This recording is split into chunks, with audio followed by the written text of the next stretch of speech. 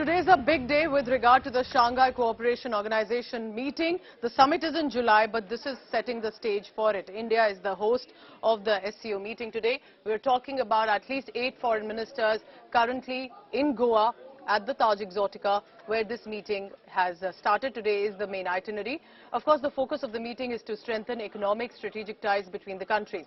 Pakistan Finance Minister Bilawal Bhutto Zardari held a bilateral meeting with his Russian counterpart Sergei Lavrov. Two ministers discussed bilateral, regional and international matters of mutual interest. According to the sources, Jaishankar and Bilawal exchanged pleasantries, shook hands at the dinner that was hosted by India's foreign minister.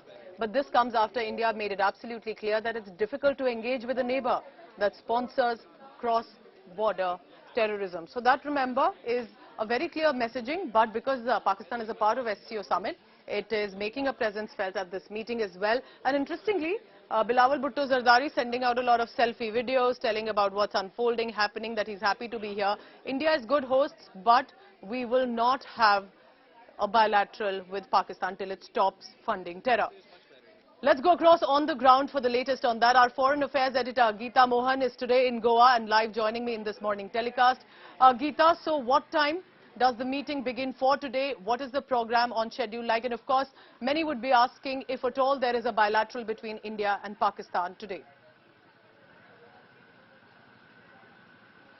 Well, in moments from now, you will be seeing the leaders come on a platform, and the family photo, that's the group photo of the ministers and the representatives of various countries, the 8 member states, are going to have a group photo, a family photo, after which they will proceed for the conversations, the session, which is a closed-door session. So nothing from that session is really going to be divulged or revealed.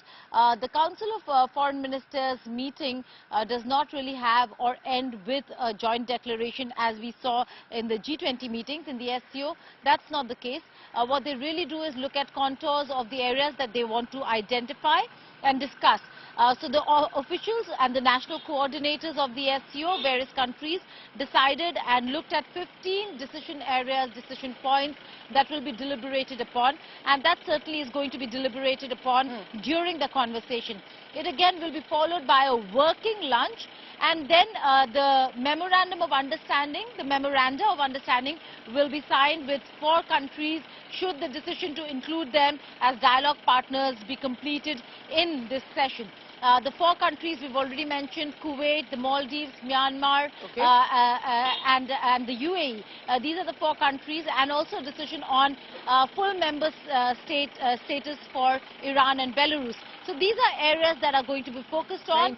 After the conclusion of the memoranda of understanding with all these 4 countries, we are looking at a room for bilaterals, and clearly a big moment, Geeta, for India, isn't it? As the G20 presidency and then hosting this meeting as well, setting the stage for the SCO summit in July in Delhi. Geeta Mohan is in Goa with all the latest coming in this morning. Thank you very much, and I'll come back to you in just a short while. Now remember, of course, the focus is with regard to Pakistan. Why is Pakistan visit so significant? There are at least 4 to 5 reasons, and I'll help compile it for you. This is the first big visit by any Pakistan foreign minister at least since 2011. And remember, the situation has continued to deteriorate between India and Pakistan, specifically after India took a decision on Article 370 via its parliament on Jammu and Kashmir, which is clearly our territory, and Pakistan tried to then create further tensions and interference even at the border. But it's not just that. There have been a lot of ceasefire violations along the line of control pertaining to Jammu and Kashmir ever since in the past few years. But the fact is, and has always been, that Pakistan continues to finance, shelter, cross-border terrorism and global terrorism as well, until the time it stops that. India and Pakistan cannot have friendly relations. The government making it clear. May that day come someday, but only when Pakistan decides to stop funding terror.